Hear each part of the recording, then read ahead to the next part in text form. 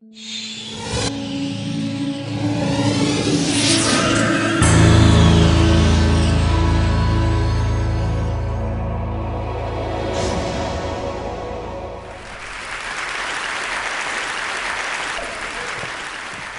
I'll start with this. A couple of years ago, an event planner called me because I was going to do a speaking event. And she called and she said, I'm really struggling with how to write about you on the little flyer.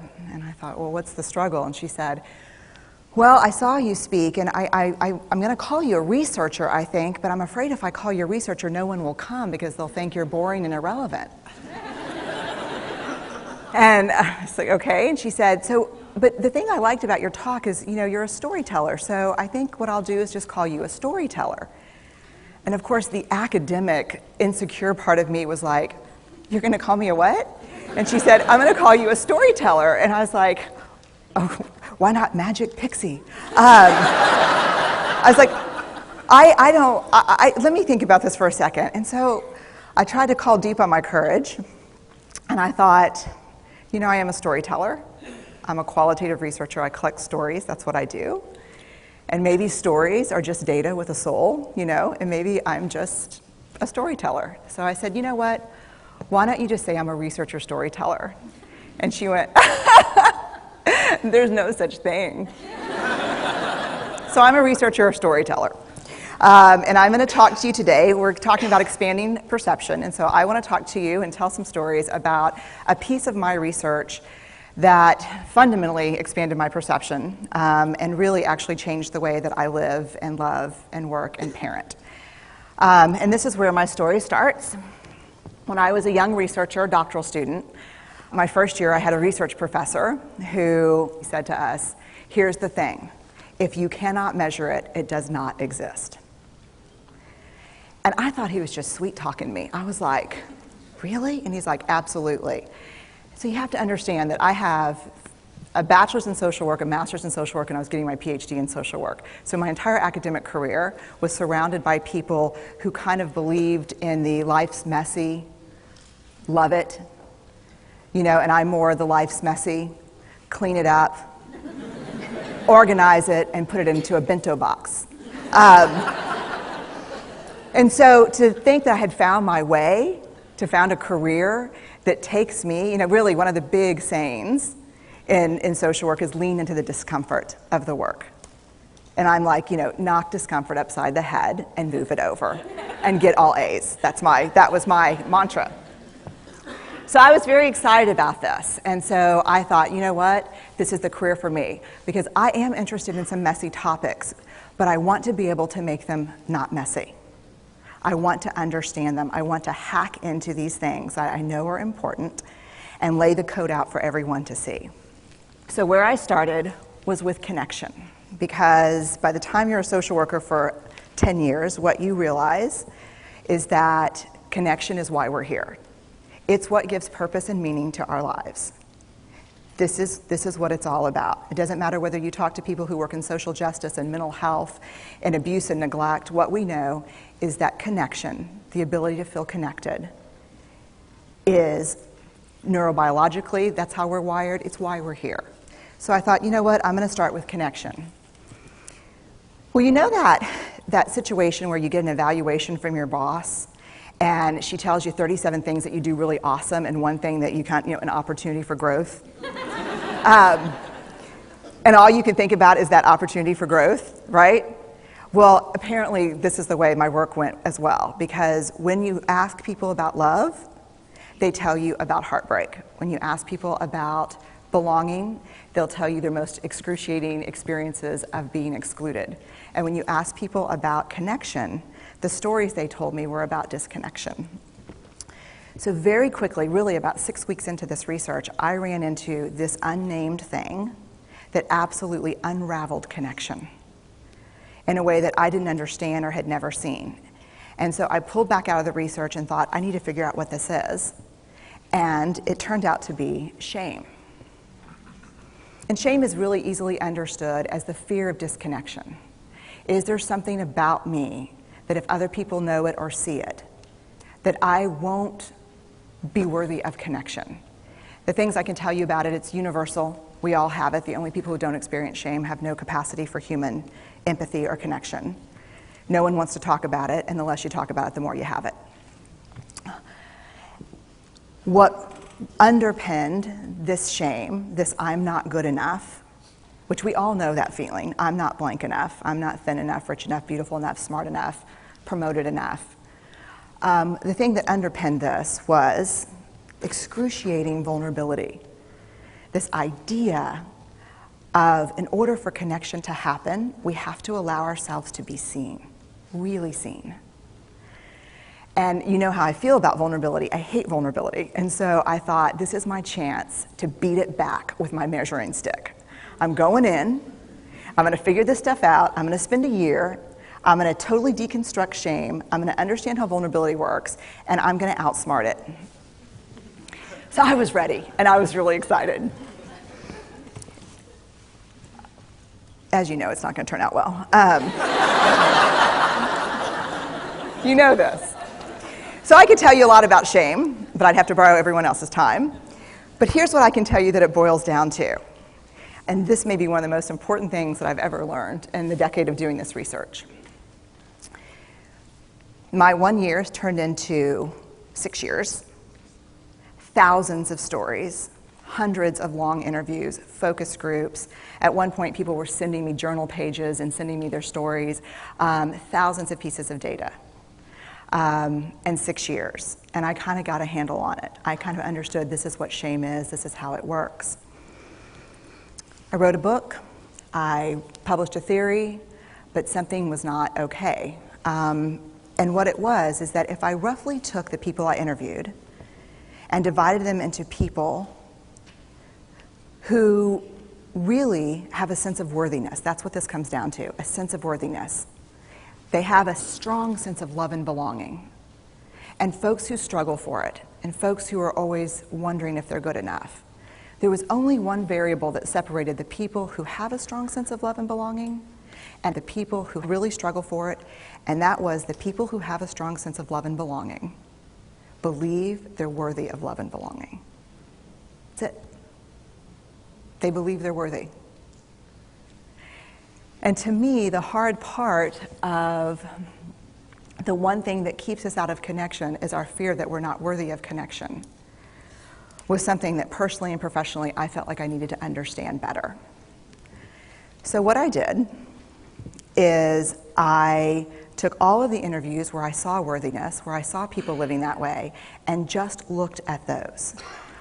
What do these people have in common? And I have a slight office supply addiction, but that's another talk. So I had a manila notebook, a manila folder, and I had a Sharpie, and I was like, what am I going to call this research? And the first words that came to my mind were wholehearted. These are kind of wholehearted people living from this deep sense of worthiness. So I wrote at the top of the manila folder, and I started looking at the data. In fact, I did it first in this in a 4-day, very intensive data analysis where I went back, pulled these interviews, pulled the stories, pulled the incidents. What's the theme? What's the pattern? My husband left town with the kids because I always go into this kind of Jackson Pollock crazy thing where I'm just like writing and going and kind of just in my researcher mode. And so here's what I found. What they had in common was a sense of courage. And I want to separate courage and bravery for you for a minute. Courage, the original definition of courage, when it first came into the English language, it's from the Latin word cur, meaning heart. And the original definition was to tell the story of who you are with your whole heart. And so these folks had, very simply, the courage to be imperfect. They had the compassion to be kind to themselves first and then to others, because as it turns out, we can't practice compassion with other people if we can't treat ourselves kindly. And the last was they had connection, and this was the hard part, as a result of authenticity. They were willing to let go of who they thought they should be in order to be who they were, which is, you have to absolutely do that for connection. The other thing that they had in common was this. They fully embraced vulnerability. They believed that what made them vulnerable made them beautiful. They didn't talk about vulnerability being comfortable, nor did they really talk about it being excruciating, as I had heard earlier in the shame interviewing. They just talked about it being necessary. They talked about the willingness to say, I love you first. The willingness to do something where there are no guarantees. The willingness to breathe through waiting for the doctor to call after your mammogram. The willing to invest in a relationship that may or may not work out. They thought this was fundamental. I personally thought it was betrayal. I could not believe I had pledged allegiance to research, where our job, the definition of research is to control and predict, to study phenomenon for the explicit reason to control and predict. And now my mission to control and predict had turned up the answer that the way to live is with vulnerability and to stop controlling and predicting. This led to a little breakdown, which actually looked more like this. And it did. It led to I call it a breakdown, my therapist calls it a spiritual awakening. Spiritual awakening sounds better than breakdown, but I assure you it was a breakdown. And I had to put my data away and go find a therapist. Let me tell you something. You know who you are when you call your friends and say, I think I need to see somebody. Do you have any recommendations? Because about 5 of my friends are like, woo, I wouldn't want to be your therapist. And I was like, what does that mean? And they're like, oh, I'm just saying, don't bring your measuring stick. It's like, okay. So I found a therapist. My first meeting with her, Diana, I brought in my list of the way the wholehearted live. And I sat down, and she said, how are you? And I said, I'm great, I'm okay. And she said, what's going on? And I said, and this is a therapist who sees therapists, because we have to go to those because their BS meters are good. And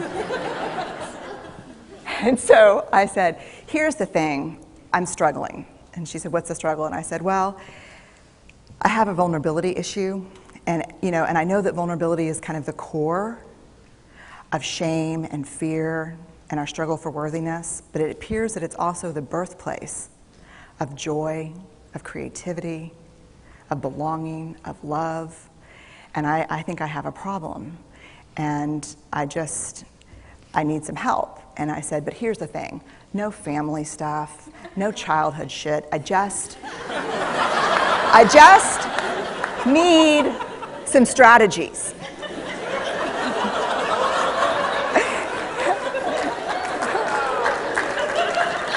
Thank you.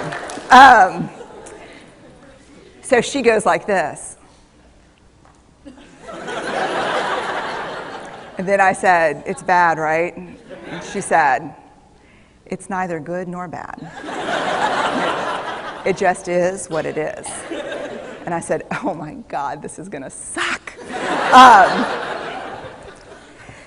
And it did, and it didn't. And it took about a year. And you know how there are people that, when they realize that vulnerability and tenderness are important, that they kind of surrender and walk into it? A, that's not me. And B, I don't even hang out with people like that. For me, it was a year-long street fight. It was a slugfest. Vulnerability pushed, I pushed back. I lost the fight, but probably won my life back. And so then I went back into the research and spent the next couple of years really trying to understand what the wholehearted, what the choices they were making, and what are we doing with vulnerability? Why do we struggle with it so much? Am I alone in struggling with vulnerability? No. So this is what I learned. We numb vulnerability. When we're waiting for the call, it was funny, I sent something out on Twitter and on Facebook that says, how would you define vulnerability? What makes you feel vulnerable? And within an hour and a half, I had 150 responses. Because I wanted to know, what's out there. Having to ask my husband for help because I'm sick and we're newly married. Initiating sex with my husband. Initiating sex with my wife. Being turned down. Asking someone out. Waiting for the doctor to call back. Getting laid off. Laying off people. This is the world we live in. We live in a vulnerable world. And one of the ways we deal with it is we numb vulnerability. And I think there's evidence, and it's not the only reason this evidence exists, but I think that it's a huge cause. We are the most in debt, obese, addicted, and medicated adult cohort in U.S. history. The problem is, and I learned this from the research, that you cannot selectively numb emotion. You can't say, here's the bad stuff. Here's vulnerability, here's grief, here's shame, here's fear, here's disappointment. I don't want to feel these. I'm going to have a couple of beers and a banana nut muffin. I don't want to feel these. And I know that's knowing laughter. I hack into your lives for a living. I know that's, God. You can't numb those hard feelings without numbing the other affects or emotions. You cannot selectively numb. So when we numb those, we numb joy. We numb gratitude. We numb happiness. And then we are miserable and we are looking for purpose and meaning. And then we feel vulnerable. So then we have a couple of beers and a banana nut muffin. And it becomes this dangerous cycle. One of the things that I think that we need to think about is why and how we numb. And it doesn't just have to be addiction. The other thing we do is we make everything that's uncertain, certain. Religion has gone from a belief in faith and mystery to certainty. I'm right, you're wrong, shut up. That's it. Just certain. The more afraid we are, the more vulnerable we are, the more afraid we are. This is what politics looks like today. There's no discourse anymore. There's no conversation. There's just blame. You know how blame is described in the research? A way to discharge pain and discomfort. We perfect. If there's anyone who wants their life to look like this, it would be me. But it doesn't work, because what we do is we take fat from our butts and put it in our cheeks. Which just, I hope in 100 years people will look back and go, wow. And we perfect, most dangerously, our children. Let me tell you what we think about children. They're hardwired for struggle when they get here. When you hold those perfect little babies in your hand, our job is not to say, look at her, she's perfect. My job is just to keep her perfect, make sure she makes the tennis team by 5th grade and Yale by 7th grade. That's not our job. Our job is to look and say, you know what? You're imperfect and you're wired for struggle, but you are worthy of love and belonging. That's our job. Show me a generation of kids raised like that and we'll end the problems I think that we see today. We pretend that what we do doesn't have an effect on people. We do that in our personal lives. We do that corporate, whether it's a bailout, an oil spill, a recall. We pretend like what we're doing doesn't have a huge impact on other people. I would say to companies, this is not our first rodeo, people. We just need you to be authentic and real and say, we're sorry, we'll fix it. But there's another way, and I'll leave you with this. This is what I have found. To let ourselves be seen, deeply seen, vulnerably seen. To love with our whole hearts, even though there's no guarantee. And that's really hard, and I can tell you as a parent, that's excruciatingly difficult. To practice gratitude and joy in those moments of kind of terror when we're wondering, can I love you this much? Can I believe in this as passionately? Can I be this fierce about this? Just to be able to stop and instead of catastrophizing what might happen, to say, I'm just so grateful. Because to feel this vulnerable means I'm alive. And the last, which I think is probably the most important, is to believe that we're enough. Because when we work from a place, I believe, that says, I'm enough, then we stop screaming and start listening. We're kinder and gentler to the people around us, and we're kinder and gentler to ourselves. That's all I have.